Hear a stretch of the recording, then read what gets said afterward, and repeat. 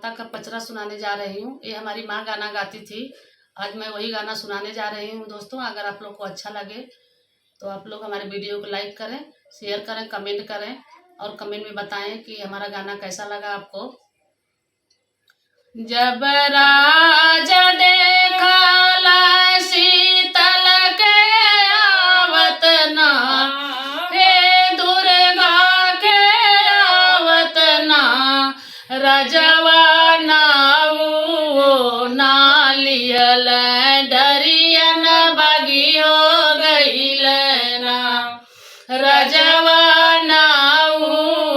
नालियल डरियन बगी हो गईल ना।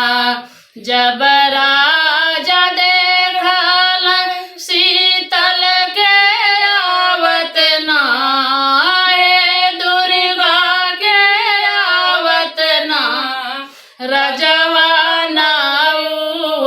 नालियल डरियन बगी हो गईल ना, राजवा नालियल डरियन बगी हो गईल ना।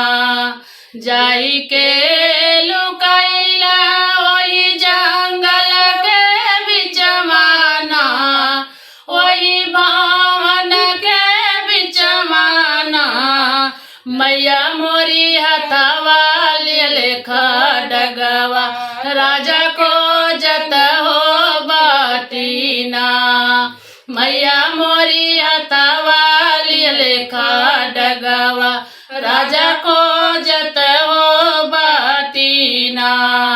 जाई के लुकैला वही जंगल के बिचमाना, वही भवन के बिचमाना, मैया मोरी हथवा ले खड़गवा, राजा खोजत हो बाटीना, मैया मोरी हथवा ले खड़गवा, मत खोजत हो बाटीना।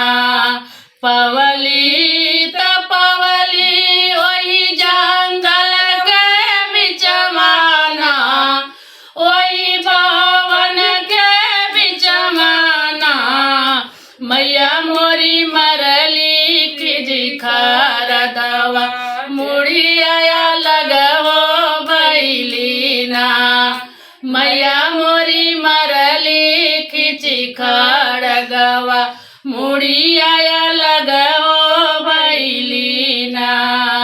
पवली त पवली वही जंगल के बिचमाना, वही भवन के बिचमाना, मैया मोरी मरली खिची खड़दवा, मुड़िया लगहो बैलीना, मैया मोरी मरली खिची खड़गवा, मुड़िया लगहो बैलीना।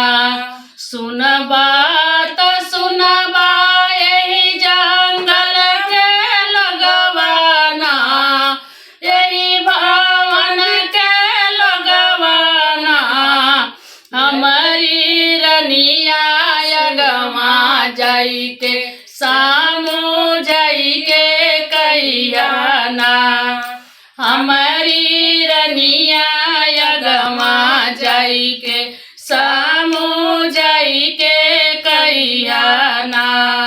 सुनबा त सुनबा यही जंगल के लगवाना, यही भवन के लगवाना, हमारे रनिया यगमा जाई के सामू जाई के कहियाना, हमारे रनिया यगमा जाई के सामू जाई के कहियाना।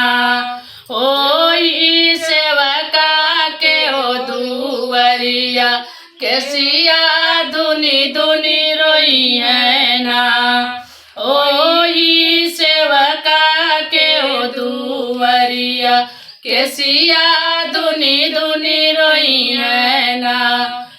कुछऊ न कइलू ये मोरी मैया कुछऊ न कइलू ना कुछऊ न कइलू ये मोरी मैया कुछऊ न कइलू ना मैया मोरी अमर मांगी के हो सिंदूरवा अजगर दहो कइलू ना हमारे मांगी के हो सिंदूरवा अजगर दहो कइलू ना कुछऊ न कइलू ये मोरी मैया कुछऊ न कइलू ना ए मैया कुछऊ न कइलू ना हमरे मंगिया के हो सिंदूरवा अजगर दहो